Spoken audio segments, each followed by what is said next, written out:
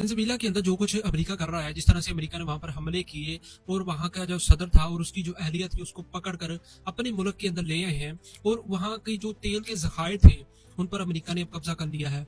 अब थोड़ा सा सोचकर देखिए, अगर हमारे मुल्क पाकिस्तान की फौज भी किसी भी लिहाज से अगर कमजोर होती, लाचार होती, अगर हमारी पाक फौज के पास वो ताकतें ना होती जो आज बड़े बड़े ममालिक की फौज के पास ताकतें हैं, तो हमारा मुल्क भी कब का जो है ना इन इस तरह की जो गैर मुसल्लह ताकतें हैं, जो गैर मुल्की ताकतें हैं, वो हमारे मुल्क के ऊपर काबज हो चुकी होती।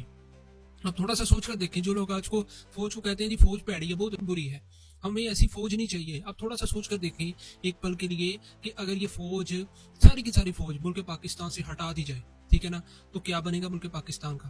कुछ भी नहीं बचेगा। और जो लोग आज आपको कह रहे हैं ना कि फौज अच्छी नहीं है, फौज को छोड़ दो, फौज जो है ना मुल्क को तबाह बर्बाद कर रही है, आप देखेंगे कि यही लोग फिर आपको मरते हुए नजर आएंगे। यही लोग आपको कहते हुए नजर आए कि हमें बचाओ, हमें इस जुल्म से, इन लोगों से हमें हमारी जान छुड़वाओ, हमें बचाओ। तो हमें शुक्र अदा करना चाहिए कि अल्लाह ने हमें ऐसी ताकतवर फौज दी है कि 75-76 सालों के अंदर अब तक, जब से पाकिस्तान बना है अब तक, इस मुल्क पर किसी भी ताकत ने मैली आंख से नहीं देखा। क्यों नहीं देखा? क्योंकि उन्हें पता है कि यहाँ की फौज बहुत तगड़ी है। हमने थोड़ा सा उसे छेड़ा तो उसने तो हमारे ऐसी की तैसी फेर देनी है, जैसे हमने भारत की ऐसी की तैसी फेरी है। तो हमें शुक्र अदा करना चाहिए अल्लाह का, और इस फौज की कदर करनी चाहिए, इसकी इज्जत करनी चाहिए, क्योंकि इसी ने हमें आज महफूज करके रखा हुआ है।